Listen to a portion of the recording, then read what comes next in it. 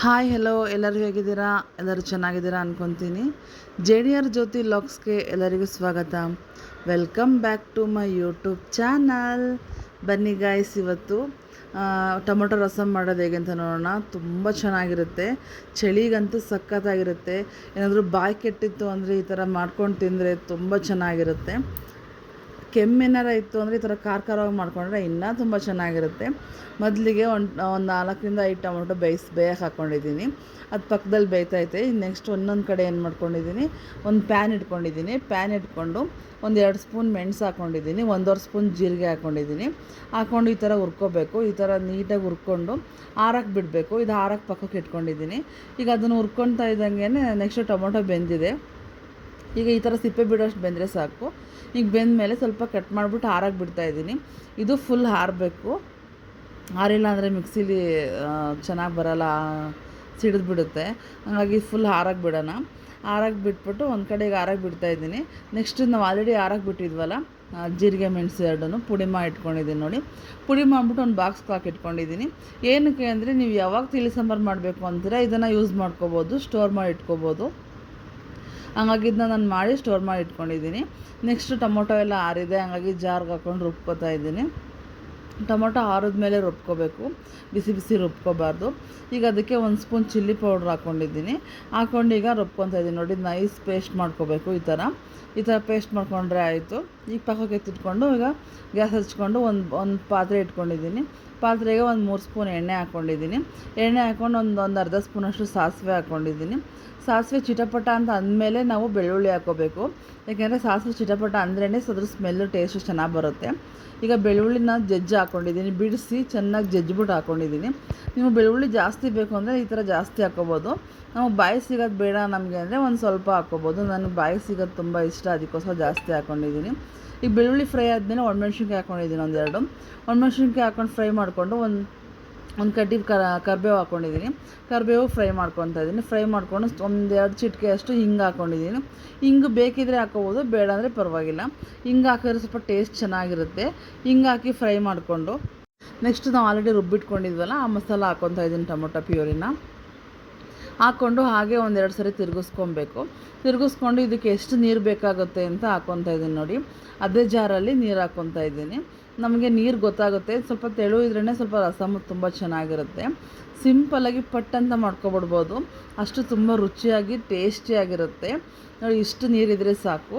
ಈಗ 1-2 ನಿಮಿಷ ಕುದಿಯೋಕ್ಕೆ ಬಿಡೋಣ, ಚೆನ್ನಾಗಿ ಕುದೀಲಿ. ಈಗ ಕುದ್ದಾಯಿತು ನೋಡಿ. ಪ್ಲೇಟ್ ತೆಗೆದು ನೋಡ್ತಾಯಿದ್ರೆ ಗೊತ್ತಾಗ್ತದೆ ಎಷ್ಟು ಚೆನ್ನಾಗಿ ಕುದೀತಾ ಇದೆ ಅಂತ. ತುಂಬ ಚೆನ್ನಾಗಿದೆ. ಕೆಮ್ಮು ಶೀತ ಇದ್ದರೆ ಇದು ಮಾಡ್ಕೊಂಡು ನೋಡಿ, ತುಂಬ ಕಡಿಮೆ ಆಗುತ್ತೆ. ಈಗ ರುಚಿಗೆ ತಕ್ಕಷ್ಟು ಉಪ್ಪು ಹಾಕ್ಕೊತಾ ಇದ್ದೀನಿ. ರುಚಿಗೆ ತಕ್ಕಷ್ಟು ಉಪ್ಪು ಹಾಕ್ಕೊಂಡು ಒಂದ್ಸರಿ ತಿರುಗಿಸ್ಕೊತಾ ಇದ್ದೀನಿ. ತಿರುಗಿಸ್ಕೊಂಡು ಇನ್ನೊಂದು 2 ನಿಮಿಷ ಬೇಯಿಸ್ಕೊಬೇಕು. 2 ನಿಮಿಷ ಪ್ಲೇಟ್ ಮುಚ್ಚಿ ಚೆನ್ನಾಗಿ ಕುದಿಸ್ಕೊಳ್ಳೋಣ.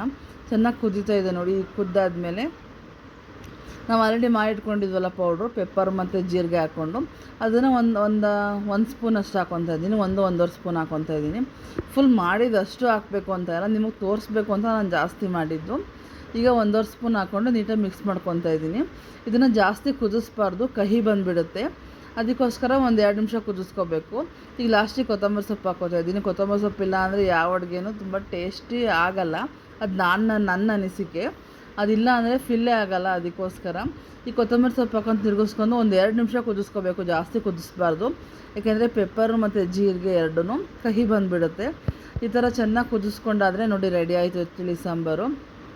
ಸಖತ್ತಾಗಿರುತ್ತೆ, ಟೇಸ್ಟಿಯಾಗಿರುತ್ತೆ. ರೈಸ್ ಜೊತೆಲಂತೂ ತುಂಬ ಚೆನ್ನಾಗಿರುತ್ತೆ. ನಿಮಗೆ ಶೀತ ಏನಾರ ಇತ್ತು ಅಂದರೆ ಹಾಗೇ ಕುಡಿಬೋದು ನೀವು. ಸ್ವಲ್ಪ ಖಾರ ಬೇಕಿತ್ತು ಅಂದರೆ ಸ್ವಲ್ಪ ಪೆಪ್ಪರು ಜೀರಿಗೆನ ಜಾಸ್ತಿ ಹಾಕ್ಕೋಬೋದು ನೋಡಿ. ಈಗ ರೆಡಿ ಆಯಿತು. ಬನ್ನಿ ಸರ್ವ್ ಮಾಡ್ಕೊಳ್ಳೋಣ. ಬಿಸಿ ಬಿಸಿ ಅನ್ನದ ಜೊತೆಲಿ ಎಷ್ಟು ಚೆನ್ನಾಗಿರುತ್ತೆ ಅಂದರೆ ವಾವ್.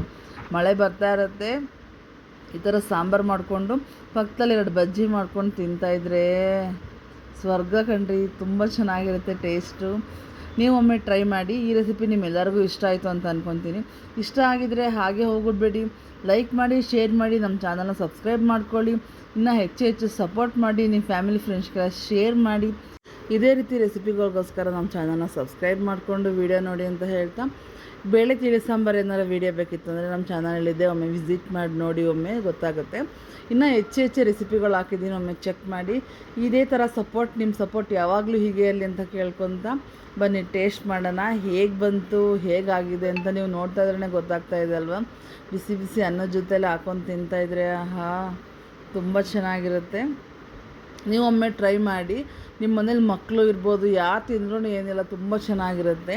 ಗಂಟ್ಲು ಎಷ್ಟೇ ಕಟ್ಟಿದ್ರೂ ಈ ಥರದೊಂದು ಸಾಂಬಾರು ಮಾಡ್ಕೊಂಡು ತಿಂದರೆ, ಕುಡಿದ್ರೆ ಸಾಂಬಾರನ್ನ ಬೇಗ ಹುಷಾರಾಗ್ಬಿಡುತ್ತೆ. ತುಂಬ ಚೆನ್ನಾಗಿದೆ ಟೇಸ್ಟು. ನಿಮ್ಮೆಲ್ಲರಿಗೂ ಈ ಸಾಂಬಾರು ಇಷ್ಟ ಆಯಿತು ಅಂತ ಅಂದ್ಕೊತೀನಿ. ಇಷ್ಟ ಆಗಿದರೆ ನೀವೊಮ್ಮೆ ಟ್ರೈ ಮಾಡಿ ಹೇಗೆ ಬಂತು ಅಂತ ಕಮೆಂಟ್ ಮಾಡಿ. ಈಗ ನಾನು ತಿಂತಾ ಇರೋದು ಬಾಳೆಕಾಯಿ ಬಜ್ಜಿ ಮಾಡ್ಕೊಂಡಿದ್ದೆ. ನಿಮಗೇನಾದರೂ ಈ ಬಾಳೆಕಾಯಿ ಬಜ್ಜಿದು ವೀಡಿಯೋ ಬೇಕಿತ್ತು ಅಂದರೆ ನಾನು ಅಪ್ಲೋಡ್ ಮಾಡ್ತೀನಿ, ಒಮ್ಮೆ ಚೆಕ್ ಮಾಡಿ ನೋಡಿ. ಎಲ್ಲರಿಗೂ ಹೃತ್ಪೂರ್ವಕವಾದ ಧನ್ಯವಾದಗಳು. ಬಾಯ್.